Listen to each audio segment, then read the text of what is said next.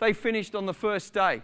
And they were woken up the next day and they needed to move the dirt back again. Day after day, from one end of the compound to the other, from one end of the compound to the other, from one end of the compound to the other. And slowly this activity wore them down to the place where they literally dropped dead in their tracks.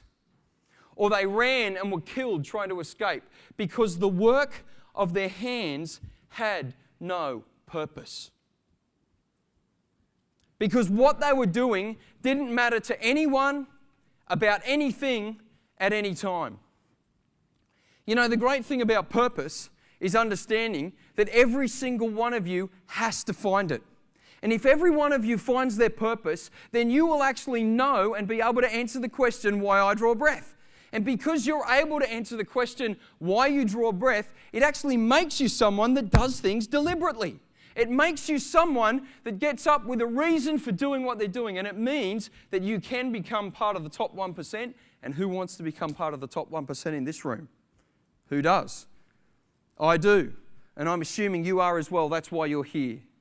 Purpose is about knowing why you do what you do. Answering the question, why do you draw breath? Answering the question, why does your brokerage exist? Why does your business exist? Answering the question, why does the relationship you're in exist right now? Purpose helps you be yourself because everybody else is already taken. It helps you be you and only you as well as you can possibly be.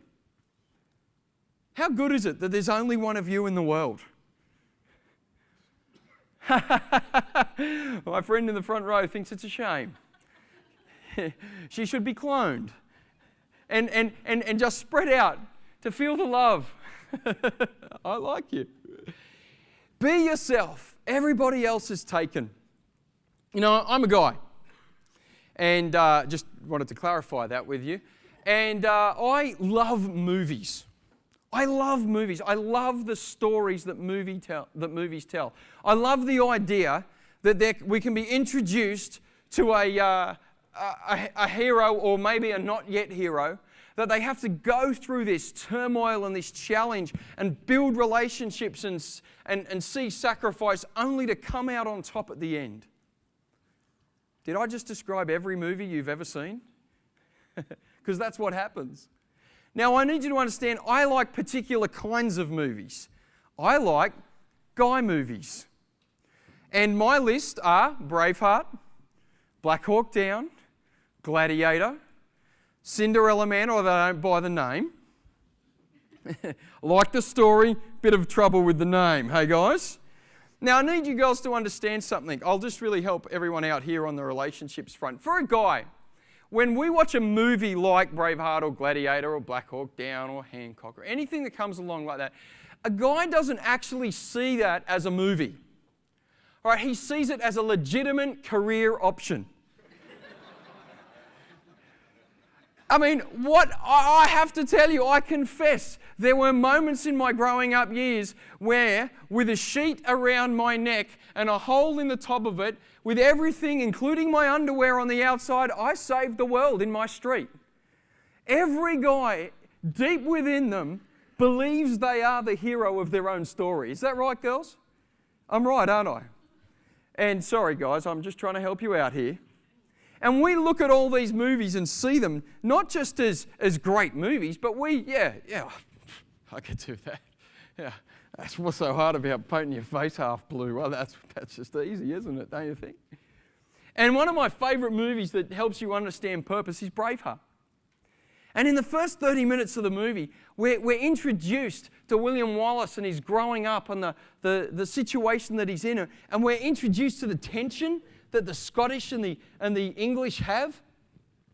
And it reaches a point where it becomes really obvious they're going to have a battle. And the English march out in formation. They're marching out like this, and their uniforms are perfectly silver, and their spears and their horses and their armoury is so much greater. And then the camera switches sides, and it focuses on the Scottish, and the villagers are standing there like this, kind of shaking, and the nobles are standing around on their horses, wondering what's going to happen.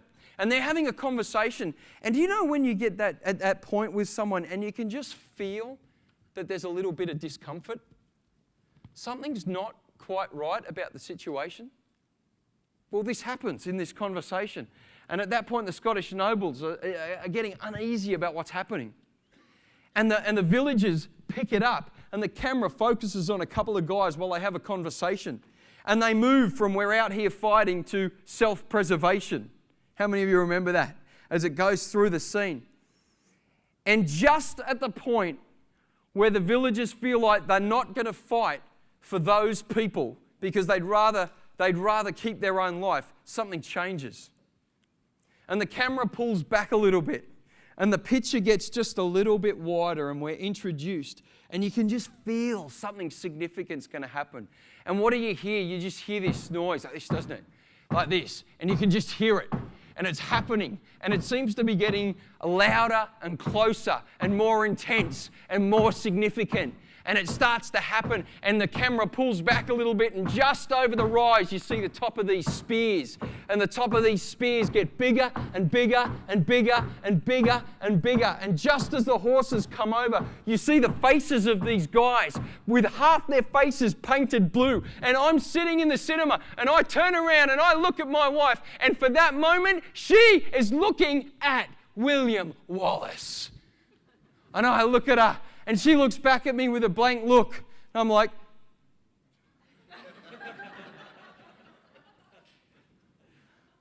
because this is a career option, ladies.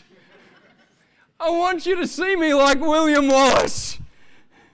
And he turns up, and he slowly makes his way through the villages, and he delivers one of the most inspiring speeches in movie history, doesn't he? He says, you can run and live, fight,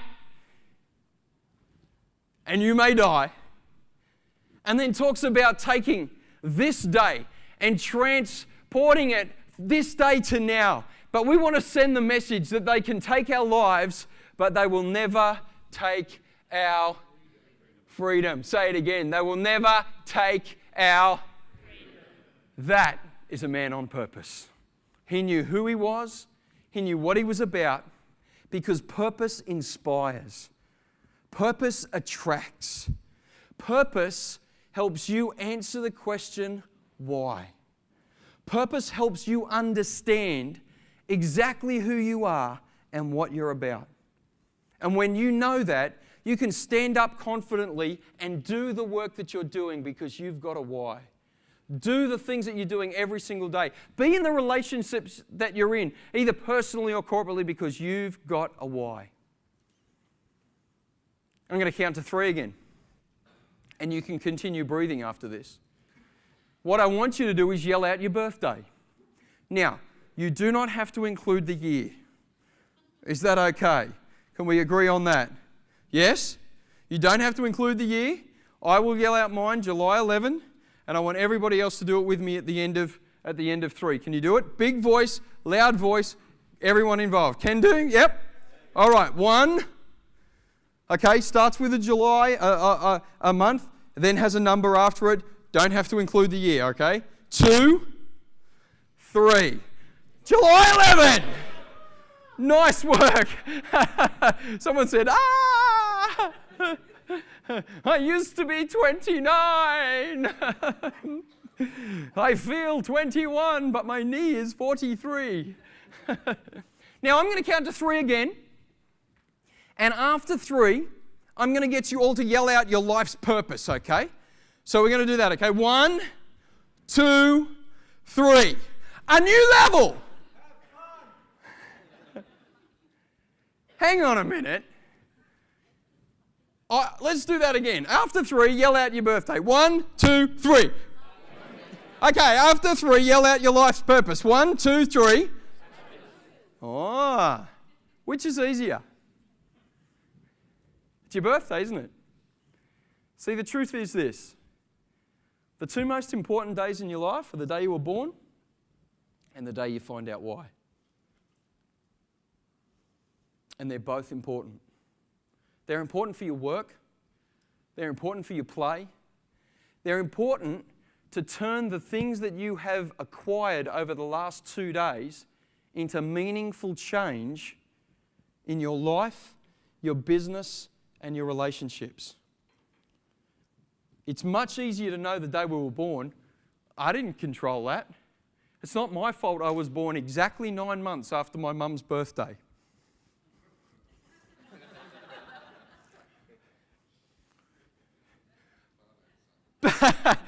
But knowing my dad, I've got a reasonable idea of what the Prezi was. I didn't choose the day I was born, but I figured out the reason why. Purpose helps you understand that.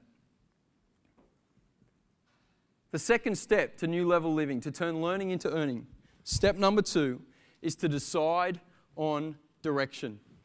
You know, there's no point, as I see it, to climb every rung on the ladder to get to the top and look around and say to yourself, my ladder's leaning against the wrong wall.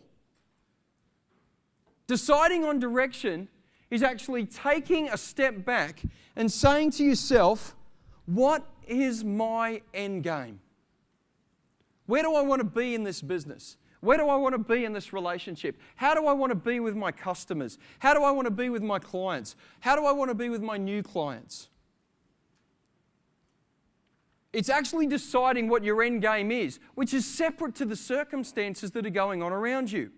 When you know your destination, when you've decided the direction that you are headed, you're able to confidently get up and move towards that. Now, you might look back, as I've sort of, studied my life backwards. I had my 20th anniversary reunion for school a couple of weeks ago, and so many of our lives look more like this. We did this, we went overseas, we were in that relationship, we got married, we had babies, we changed careers, but unless we actually put a stake in the ground and say, here's where I want to end up, we have nothing to work towards. And I believe that the second step to new level living, to turn learning into earning, is actually to decide on the direction. You know, if you aim for nothing, you'll hit it with incredible accuracy every time.